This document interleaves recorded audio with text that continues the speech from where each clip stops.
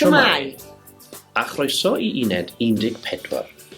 In this unit, we talk further about things we used to do and we come across a new mutation, a Treiglad Trwynol, the nasal mutation. So, first, the Treiglad Trwynol. As you know, treigladau happen for specific reasons, and in this case, the Treiglad Trwynol happens when we talk about being in somewhere. Yn. Most letters do not change, for example, yn Llanelli, yn Rhydaman, yn Felindre, but 6 letters, t, c, p, b, d, g, do change. Have a look at the unit in the coursebook and you'll see how the letters change. So let's practice. Tregaron. Dwi'n byw yn Tregaron. Cymru.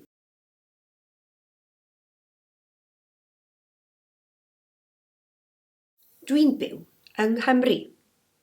Pontardawe.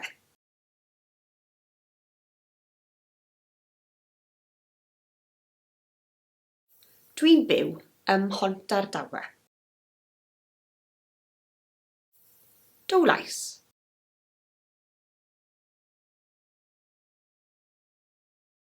Dwi'n byw yn Nowlais.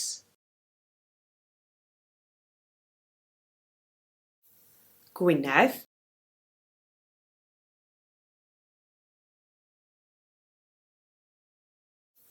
Dwi'n byw yng Ngwynedd. Abedwas.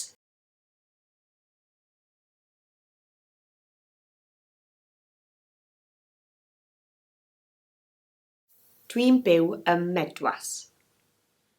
In Uned 12, you learned how to use roedd, it was. And now, in this unit, we go further by learning how to say I was. Roni. For example, Roni yn Llandeilo ddo. I was in Llandeilo yesterday. Roni yn Llandeilo ddo. Roni yn y gwaith ddo. Roni yn y gwaith ddo. Roni yn y gwaith ddo. Roni yn y dosbarth ddo. Roni yn y dosbarth ddo. Roni yn y dosbarth ddo. Roni gartre ddo. Roni gartre ddo. Roni gartre ddo. You then learned how to ask, where were you? Ble ro ti? And the formal, ble ro chi? Ble ro ti ddo? Ble ro ti ddo? Ble ro ti ddo? Ble ro ti neithiwr? Ble ro ti neithiwr? Ble ro ti neithiwr? A ble ro chi ddo? Ble ro chi ddo? Ble ro chi ddo? Ble ro chi neithiwr? Ble ro chi neithiwr? Ble ro chi neithiwr? So far, the examples have shown a location. Roni yn Abertawe. Roni yn y dosbarth. But you can also use verb nouns or doing words to say what you used to do. Roni'n cysgu. I was sleeping. Roni'n cysgu. Roni'n darllen. Roni'n darllen. Roni'n darllen. Roni'n byw yn Llanelli. Roni'n byw yn Llanelli. Roni'n byw yn Llanelli. Roni'n cysgu am 7 o'r gloch. Roni'n cysgu am 7 o'r gloch. Roni'n cysgu am 7 o'r gloch. Roni'n bwyta brecwast am 8 o'r gloch. Ro'n i'n bwyta brecwast am 8 o'r gloch. Ro'n i'n bwyta brecwast am 8 o'r gloch. Ro'n i'n gyrru am 9 o'r gloch. Ro'n i'n gyrru am 9 o'r gloch.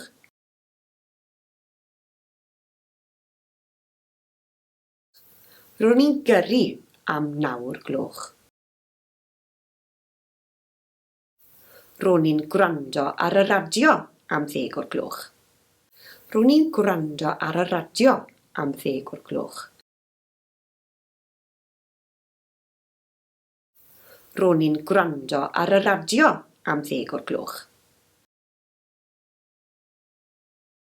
Later in the unit, you can see that we can use the word arfer to say you used to do something. For example, ro'n i'n gwylio Blue Peter.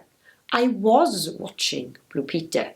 But ro'n i'n arfer gwylio Blue Peter means I used to watch Blue Peter. Ro'n i'n darllen y Beano. I was reading the Beano. Ro'n i'n arfer darllen y Beano. I used to read the Beano. You used the question ble earlier, remember? Ble ro ti? Well, now you used the what question. Beth. Beth o ti'n neud? What were you doing? And the formal version, beth o chi'n neud?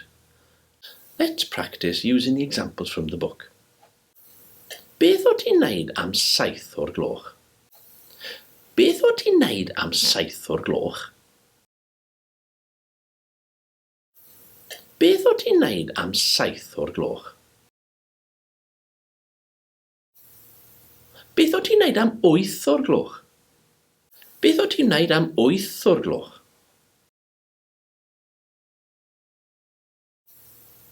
Beth o ti'n neud am 8 o'r gloch?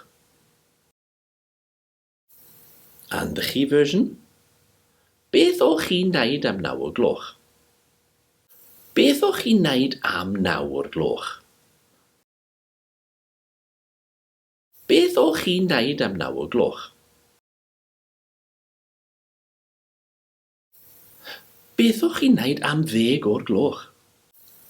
Beth o chi'n neud am 10 o'r gloch?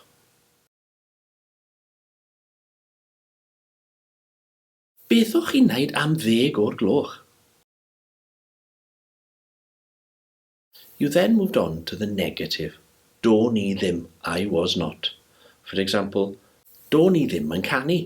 I was not singing. Do'n i ddim yn canu. Do'n i ddim yn canu. Do'n i ddim yn cysgu. Do'n i ddim yn cysgu. I wasn't sleeping. Do'n i ddim yn cysgu. Your course book gives the example of Lico or Hoffi. Do'n i ddim yn hoffi, which literally means I was not liking, but translates as I did not like. It's important to note that Hoffi or Lico is a funny verb in that you are using ro'n i'n hoffi and do'n i ddim yn hoffi to say I liked and I didn't like, rather than the past tense that you looked at in Uned now. So, I didn't like hockey translates to do'n i ddim yn hoffi hockey. Do'n i ddim yn hoffi gwaith cartref. I did not like homework. And then the question, o ti'n hoffi? Did you like? O ti'n hoffi cinio ysgol? O ti'n hoffi ymarfer corff? And the answers, on, yes, and nac-on, no. At the end of the unit, you saw that other verb nouns, gwybod, nabod, meddwl, gobeithio, and eisiau also follow this pattern. So, ro'n i'n gwybod means I knew. Notice again that we are not using the past tense construction that you used in Uned now. Ro'n i'n nabod John, I knew John. Ro'n i'n meddwl, I thought. Ro'n i'n gobeithio, I hoped. Ro'n i eisiau, I wanted. You then looked at the ni and nhw versions of was, ro'n i and ro nhw. And basically these follow the same pattern of use as the others. But the ro ni, we were version can sound very similar to ro ni, I was. So context is important. For example, ro ni'n gweithio mewn ysgol. I was working in a school. Ro ni'n gweithio mewn ysgol. We were working in a school. Ro ni'n byw yn Abertawe. I was living in Swansea. Ro ni'n byw yn Abertawe. We were living in Swansea. Ro nhw, they were, is thankfully slightly different and easily distinguished. Ro nhw'n cysgu.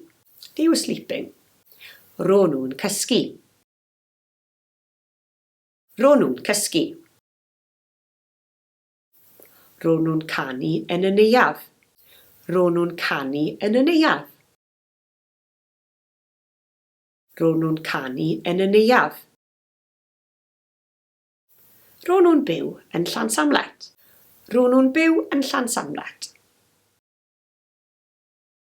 Ro nhw'n byw yn Llansamlet. To finish this uned, you practiced how to answer yes and no. And these are listed in the help llaw section at the end of the unit, along with the whole of the verb was, were, and a summary of the Treiglad Trwynol. Please remember to go through the help llaw thoroughly for each unit and look back regularly at them. They contain the grammar you need and answer the questions you may have. Welwn ni chi yn yr uned nesaf. So, until uned 15. Hwyl fawr!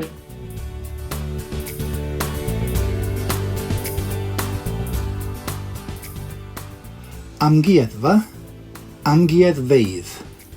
Bryste, cost, costau. Crempog, crempogau. Ffordd, ffyrdd. Gwyl, gwyliau. Llong, llongau. Sir, siroedd.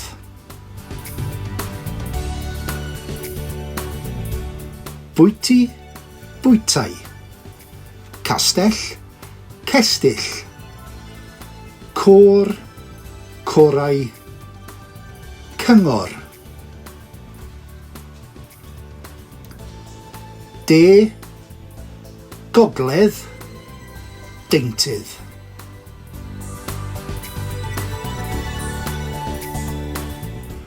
Galw, gobeithio. Nyrsio, pleidleisio. Teimlo. Diog, gwell, pell.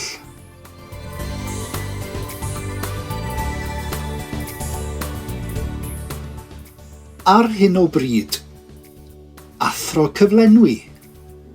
Cymaint o, cymaint a. Cyn. Fel, i gyd. O gwmpas, pan.